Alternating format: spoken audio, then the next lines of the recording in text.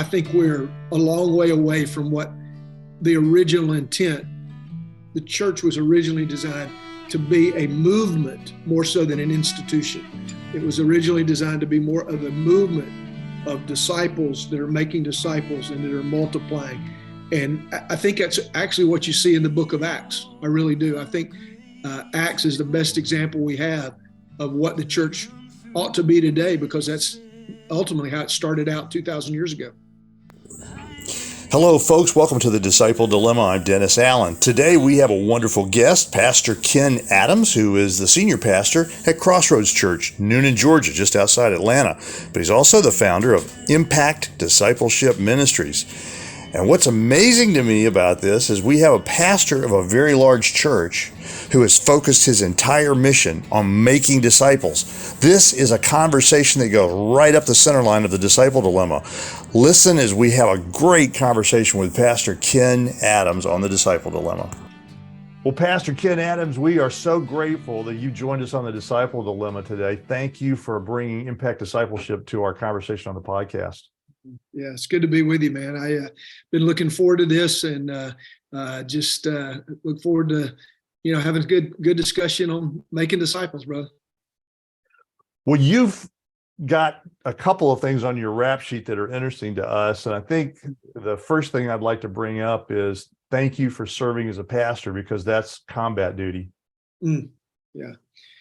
Yeah, I've had the privilege of pastoring the same local church for going on 34 years now, and came out of seminary, planted a brand new church here in the Bible Belt, which is where I'm from, and so it's been a ride of a lifetime, Dennis. It really has, and I had no idea that I'd ever be here this long, and sometimes people say, "What's it like to be the founding pastor and to be there that long?" And my response is, all I know is all the problems we have are my fault. So I can't blame anybody else for them, man. So, but it has really been an amazing journey. And I'm very, very grateful for the opportunity to do what I do. It's very difficult organizationally. I'm speaking kind of from the business side of things, though, to be a founder that starts with a few people and grows to big, because you've got a pretty big church, right? That's good size. Yeah, it's good size. We have a few thousand people showing up on a weekend, and but the cool thing is that and in my case, I like to tell everybody that when you are a church planner or founding pastor, the good news is that in some ways you get to be a research and development lab, and so you really get to maybe where a pastor's been in a long, a church has been there for a while. Maybe you don't get some of the freedoms to try things and to experiment and to do things. And I would say the last 33, will actually be 34 years. Our church has been here at the end of this month. And so in 34 years, man, we've had the freedom to try a lot of different things, but ultimately to figure out how do we become what I believe is truly a disciple-making church. And so it's funny, I tell people, if I ever actually write a book, it will be what not to do to be a disciple-making church, because I have, and I say that jokingly, but it's true. I have learned a lot about what not to do in order to figure out what we are doing at this point. So there's two sides to that. How would you classify your capacity to influence change versus some poor guy who has to saddle up in a church that's already been going for a while? Do you feel like you've got a little more horsepower, leverage, and influence over the people in the church versus your friends who were dropped into a church? That's a great question. And I can easily answer that. I would say 100% easier to bring about change, to influence, just because you don't have a lot of that tradition, and you don't have a lot of those power brokers, if you will, that you have to, sway over and influence. And, the cool thing, Dennis, is that when you plan a church, or when you're the founder of a church, you get the opportunity to sort of shape and mold even what it means to be a leader, and what the qualifications of leaders are. And so one of the things that's been a priority for us since day one is that we're trying to put people in leadership. We're an elder-based church, elder-led church. And so our elders are very much spiritually qualified rather than politically qualified. And so I would say that has made probably one of the biggest differences in who our church is and where we've been and how we got to where we are. And it's been a great thing, because I've been in other churches that did not have that same background, and I have a lot of connections with pastors that are in churches where it seems like they're just swimming upstream to try to bring about much, if any, change at all. So yeah, I would say planting a church does give you a lot of opportunity you wouldn't normally have in some churches. One of the things that we often mention on this podcast, Ken, is a declaration, and I think it's worthy of saying this right now for all the people who are watching this.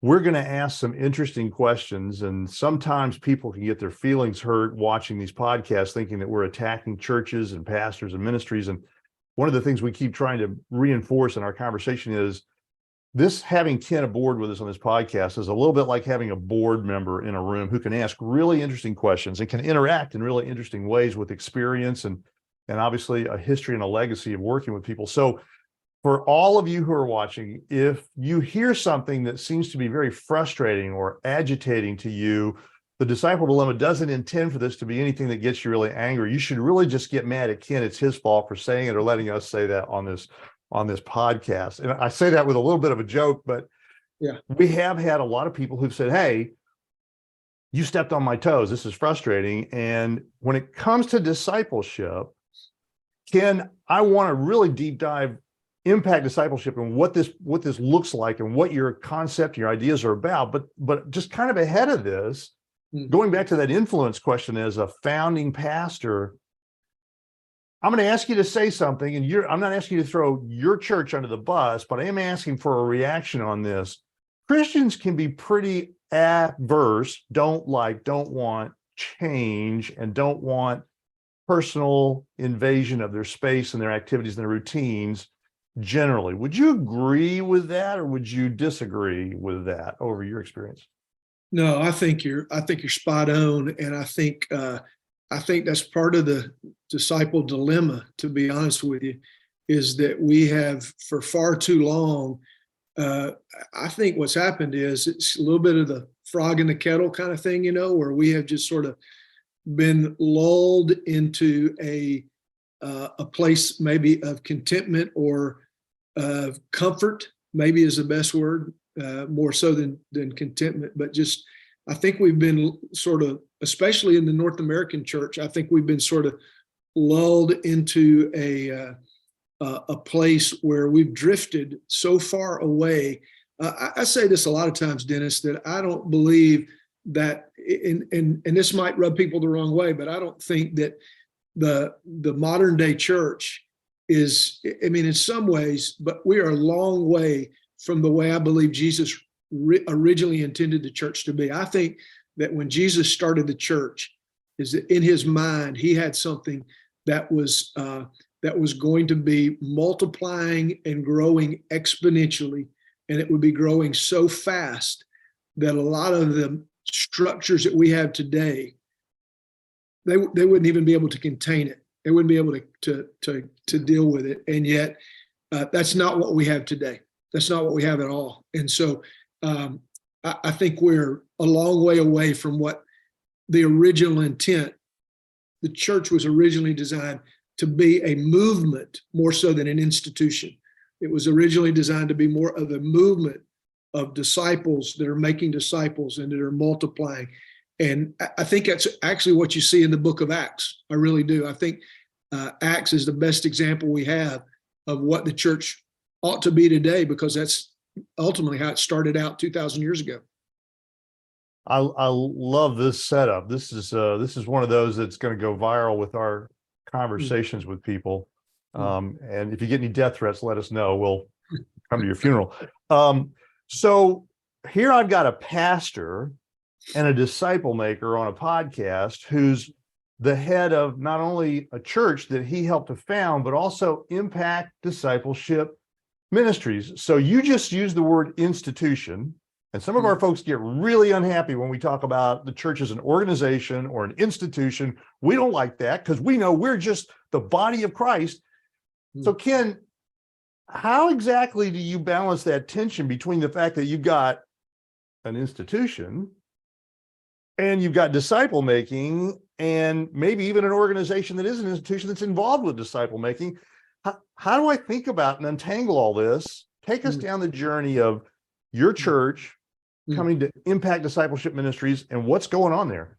Yeah. Well, there's a lot to unpack right there, and I'll do what I can here. But first of all, let me just say this about the connection between Crossroads Church, where I've been pastoring all these years, and Impact. So what's interesting, Dennis, is that first and foremost, I am a local church pastor. I don't see myself as I'm not a conference speaker. I'm not a consultant. I'm a local church pastor. I did a funeral this past weekend. I'm doing, staff meetings every week. I'm cranking out a sermon every week. I mean, what I can say is that I am in the trenches like every other local church pastor. This morning I started with a small group of men in a discipleship environment, and I am first and foremost a local church pastor, and I believe in the local church. It is really what God's plan is to reach the world, and so that's where my roots are, and that's where I began. And then what we've done with Impact is Impact has been birthed in our church. And we decided years ago, long story behind all this, but years ago, we decided that we were not going to be a church with discipleship. We were going to be a disciple-making church, which are two very different things. Not just a church with discipleship. It's not just an add-on program to everything else we're doing. It is all we do. From beginning to end, we exist to make disciples that are fully trained, that look like Jesus. And so Jesus is the model for that. Are you trying to tell us that the mission of Crossroads Church is disciple making? That's the mission of your church. The mission of our church is to be and build disciples that are fully trained. And that means in Luke 6:40 is that they look like their teacher. And so from the person that's not even walked into our church to the time they end up being sent out as a leader, our job is to help them to become a fully trained disciple of Jesus Christ.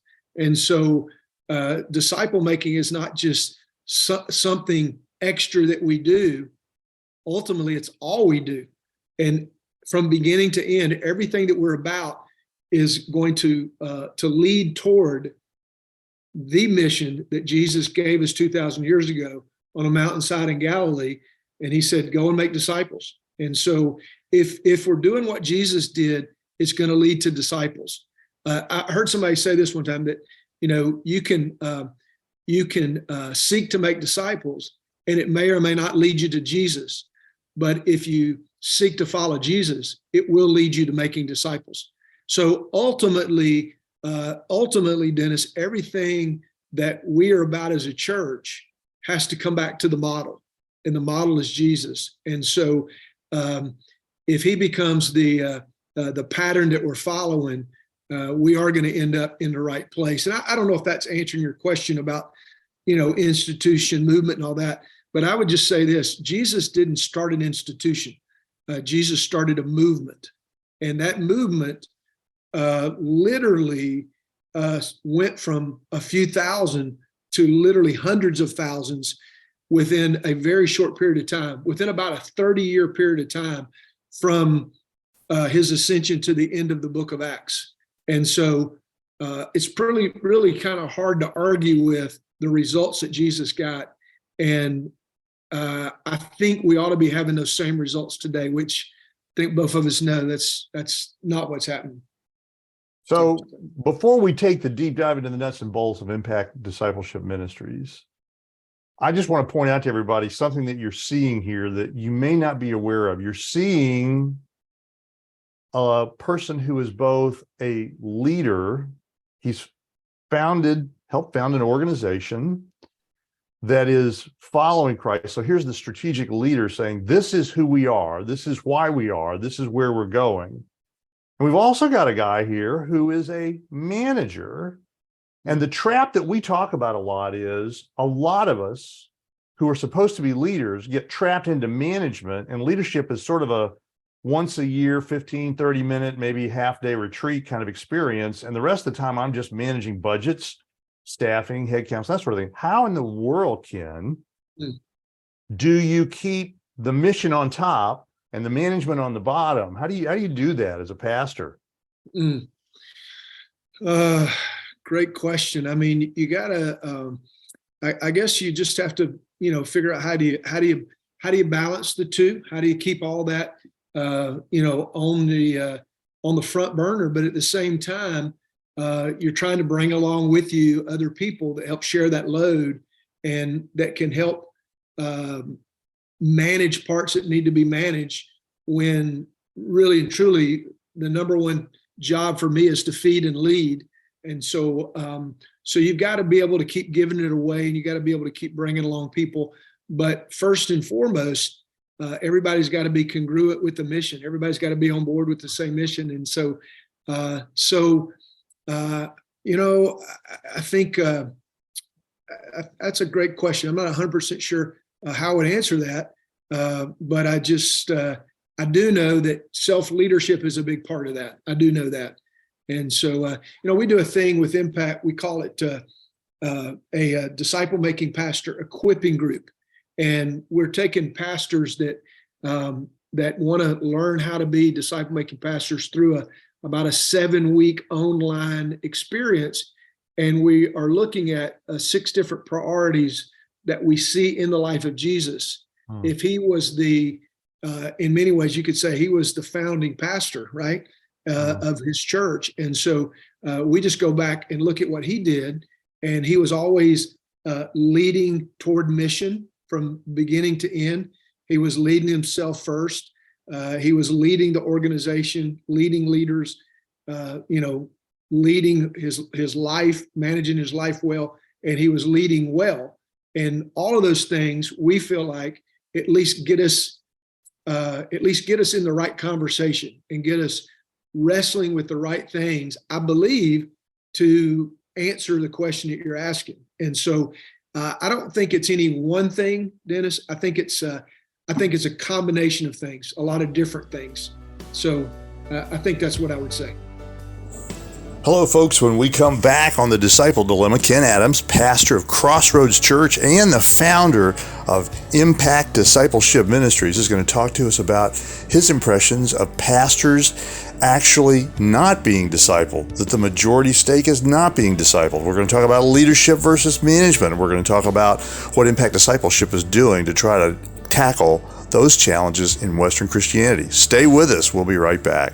One of the sets of issues that we raise and talk about a lot, and this is both in the business world as well as in the church communities, is that most organizations have lost what their mission is. That's the first problem that pulls you into management versus leadership. The second one is failure to delegate load, which you just talked about a moment ago. So you've got your mission pretty clearly in mind. You've got, it sounds like, a pretty well-structured delegatory system so that you're not doing everything. You're not the dude who's in charge of every micro moment and every macro moment. Is that fair?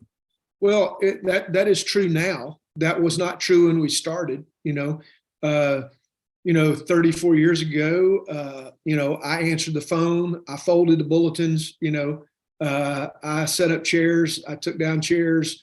I mean, we pretty much, I did everything but sing.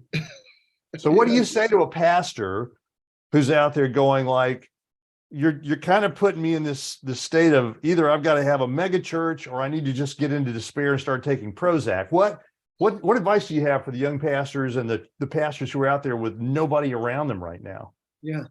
So, I mean, that's an easy answer because you go back to Jesus. Again, everything goes back to Jesus. And so the cool thing is we don't have to invent it. We don't have to figure it out. And all we have to do is just focus on what he did. And so Jesus started the greatest movement in history. And he had no board, no budget, no buildings. He had none of that. He was a one-man show, and he created. But what he did do, Dennis, is that he poured his life into a handful of men that reproduced the exact same character and conduct that he had. And quite honestly, we just make it a lot more complicated than it needs to be. And if what we're waiting on is for the church to have a highly gifted entrepreneurial group of leaders that are making it all happen, we're in big trouble. And Jesus started with a handful of fishermen and untrained, unschooled men, and they changed the world. And so we have to, if we're doing it the way Jesus did, it's not easy. It is hard, but it's not complicated. And those are two different things, So. Well, that sounds like a great segue for us to take a bit of a walk on the concept of Impact Discipleship Ministries. What happened to make that come to life, and what is it? So again, I said this a minute ago, I said again, that Impact literally just birthed out of Crossroads Church. And we became, we were just so passionate about trying to figure out how to do it in our own church. And years ago, we started having people ask us questions and ask us what we were doing. And so we really felt like God was calling us to sort of pay it forward a little bit, and help out other churches. And so for about the last 20 to 25 years, Impact has been basically just coming alongside churches and pastors and even just Christians in the marketplace. We're just trying to come alongside of churches and pastors to help them figure out how do we do this? How do we help the church to become a disciple-making church? A good friend of mine who's got a global ministry in disciple-making, he made a statement to me years ago, and he said, I don't know one single church in North America that is a true movement of multiplying disciples. And it floored me, and I thought, what a sad commentary on the Church of Jesus Christ. And I will tell you right now, our church is not what I wouldn't consider as a movement of multiplying disciples, but we are multiplying some disciples. And I do see more multiplication happening in our church than I have in any other church I've been a part of. So we're swinging at it really hard, and we're as committed as we ever have been to trying to do that. And so Impact is what Impact is basically a strategy for doing ministry based on the original model, what Jesus did. And we're trying to implement it in Crossroads Church. And then we're trying to share it with as many other people as we can. And we do training, and we have some curriculum and some conferences and some things like that we have developed, just from the School of Hard Knocks. And so honestly, we're just willing and available to share it with anybody and everybody we can. So Impact comes out of the overflow of what we're doing at Crossroads. Ken, you brought up the School of Hard Knocks, the experience you guys have had. Some things worked well, some things didn't work well. In your experience, what would you say is the biggest miss by the Western church when it comes to discipleship? What is it? Is there a couple of secret ingredients, a secret ingredient, something that's more or less absent for most, or is it just too complex a question to even answer? What do you think? A lot of our problem is we're just too easily distracted. I think that's a big problem. I think we're just too easily distracted. And I would also say, I think one of our problems is, I was in a meeting one time. I may have shared this with you before, but I was in a meeting one time with about 75 to 85 pastors. It was a luncheon put on by our denomination. And we were talking about the subject of disciple making. And one of the guys on our panel asked a question. He said, how many of you in this room have ever been discipled? Now, these are pastors. So these are the leaders of churches in our denomination. And he said, how many of you have been discipled? And I would say a third or less of the hands went up. So that meant 2/3 of the leaders in this room had not even done the mission that Jesus came to fulfill 2,000 years ago. Now, I think you've been in the military, am I right? Mm-hmm. And if our troops, only a third of our troops know how to use a gun, we're in trouble. Yeah, we call them the Wagner Group and put them in Ukraine. So we're in a different war, and we're not equipped, and we're not trained, and we're not prepared. And I think in many ways that's why we're not taking more ground, Dennis. I want to probe this because you're right in the soft underbelly of the problem, I think, here with what you're saying. First of all, a lot of people who watch our podcast will send us a note and they'll say, what are you talking about? I go to church. I'm a member. What do you mean I'm not being discipled? Unpack what you just meant by that 1/3 were discipled and 2/3 weren't discipled, because you're thinking about something more than church membership here. Oh, absolutely, I am. We're talking about, the scriptures tell us in Mark chapter 3, verse 14, that Jesus chose a handful of men, and the Bible says to be with him in order that he might send them. So I made a mistake years ago of thinking that discipleship was all about mastering spiritual disciplines. I made a mistake of thinking that discipleship was all about just a deeper walk. And I originally pursued being a disciple because I wanted to go deeper, and I wanted to really master spiritual disciplines in my life. The mistake that I made, Dennis, was I misunderstood that when Jesus made disciples, it was not just going deeper, it was ministry training to fulfill the mission. And that is a paradigm change that is fundamental to what Jesus did and what we need to be doing. So disciple making, or discipleship, which is a part of disciple making, discipleship is not just about spiritual disciplines and getting as deep as you can go. And it's not just about spiritual formation. Jesus did not make disciples just to make disciples. Jesus made disciples to fulfill a mission. And so they were being trained to do ministry to fulfill that mission. And so back to your question, part of our problem is that if all we're doing is just thinking of it as church attendance or Sunday school attendance or even just serving in ministry, we have lost sight of the fact that this is all a part of. All those things are important. Attendance is important. Serving is important. Learning is important. But they're all a part of a bigger process. They're part of a bigger whole, if you will. And that whole is to fulfill a mission to make disciples of all nations.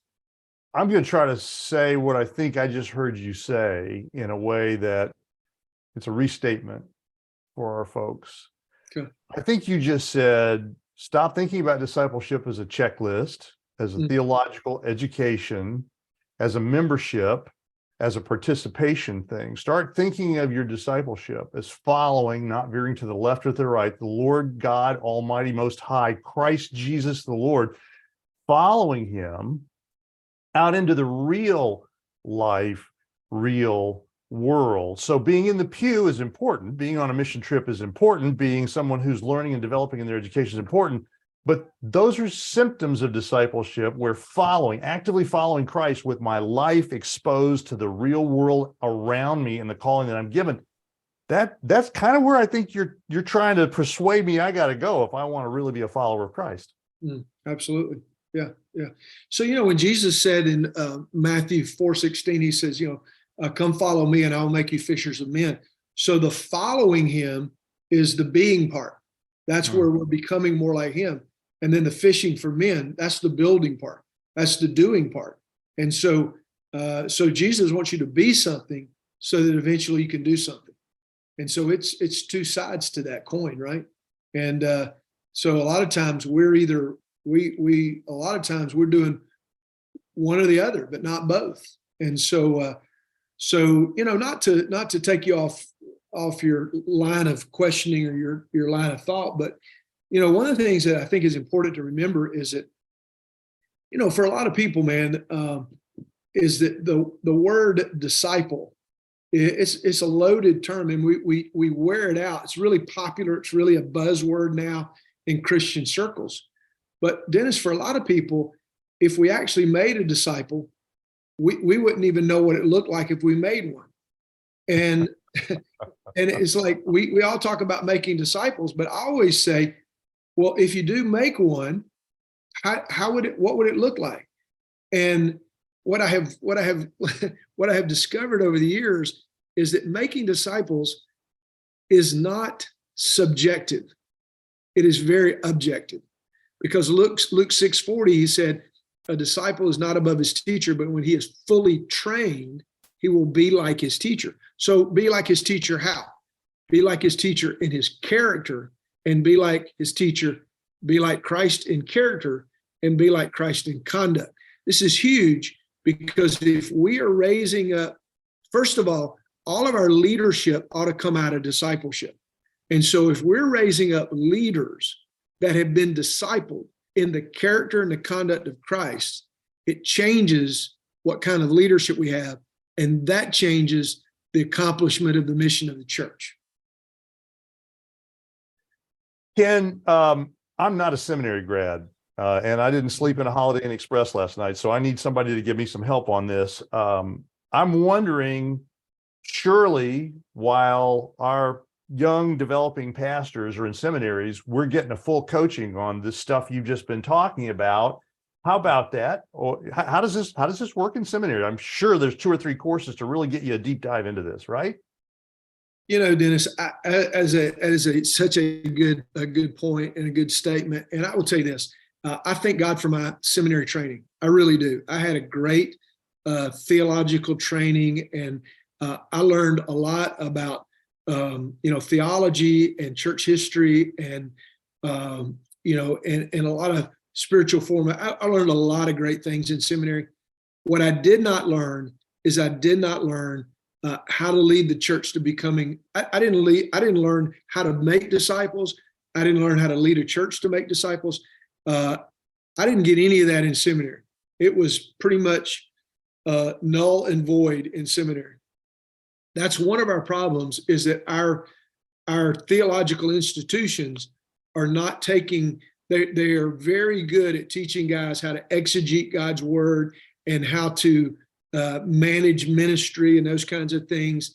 But what we're not doing is we're not teaching pastors how to lead churches to make disciples. And the other big problem is that because of that, the majority of guys that I talk to have grown up under pastors who have not modeled it for them either. So when your primary method of raising up a next generation of leaders is either pastoral models that we sit under or theological training, it shouldn't surprise us that we're getting what we got because of what we're doing. And so that's another big part of why we are doing Impact Ministries. And it's a big part of why we are doing the disciple-making pastor piece of this thing, because we've just learned the hard way that guys aren't getting it in a lot of other places. And now I have, I do know of some other ministries that are very committed to the same thing, but man, we are so behind the 8 ball on this thing, and we got a long way to go to turn that tide. So, wow, what a great answer. So, sort of my last question to tee up for you then is completely unfair, but I got you on tape, so hey, we'll just run with this. Culture is generally considered in the organizational world to be the DNA or the glue of pursuing a mission. Said in a little more cynical fashion, culture is what the people of an organization do when the leaders aren't around. What kind of culture do you have at Crossroads? Man, that is a good question.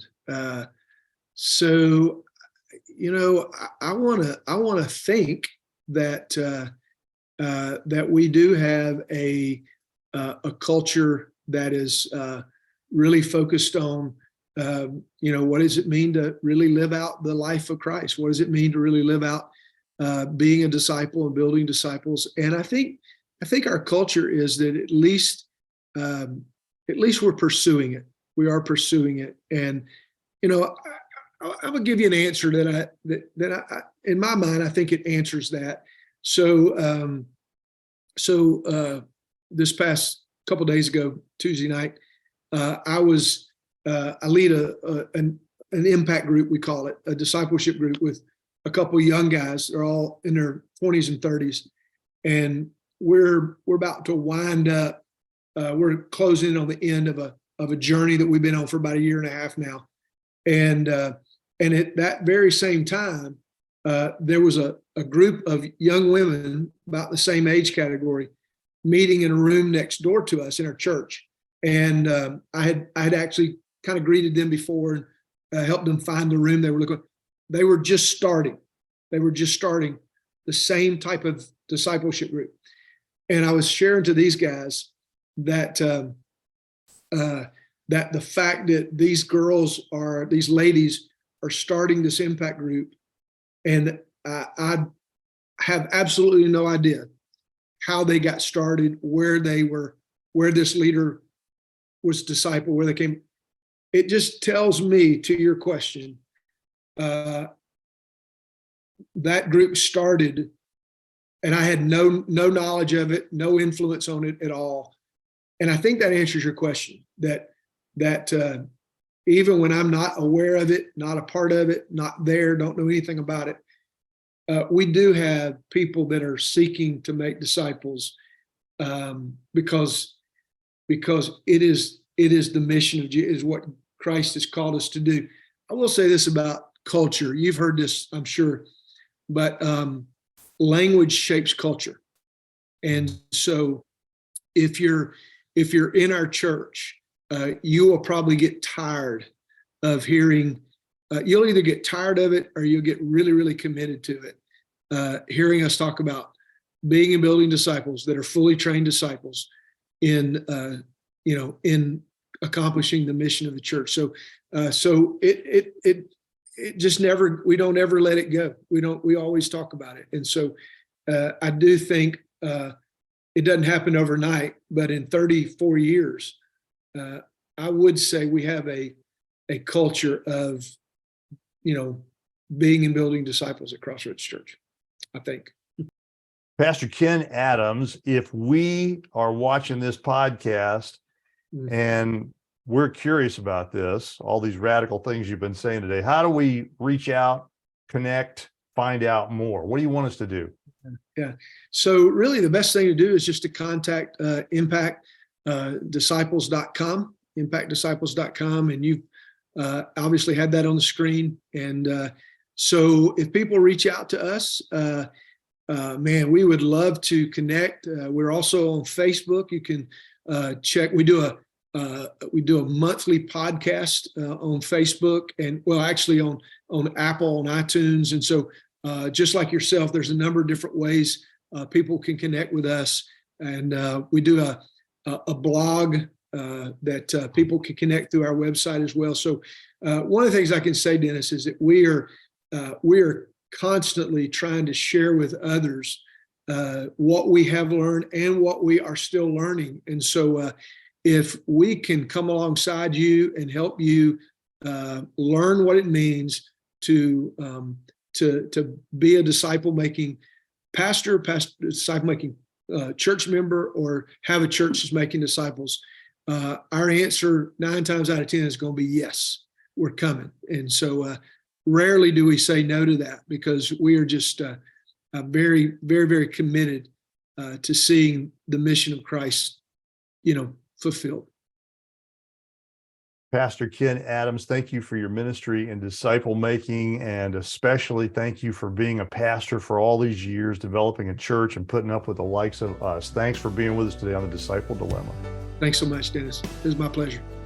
What a terrific conversation with Ken Adams, the founding pastor of Crossroads Church, Newnan, Georgia, and the founder of Impact Discipleship Ministries as well. Right up the center line of the Disciple Dilemma. Thanks, Ken. Please help us, folks, get the word out. Discipleship has been hacked. We're trying to talk to thought leaders, change leaders, the leadership of Christian communities, that we've got a problem with the Western discipleship, and we need your help to get the word out. You can find us on Facebook, LinkedIn, YouTube, Rumbly, Instagram, and Twitter. Please follow us and help us get the word out. And as always, thanks for listening.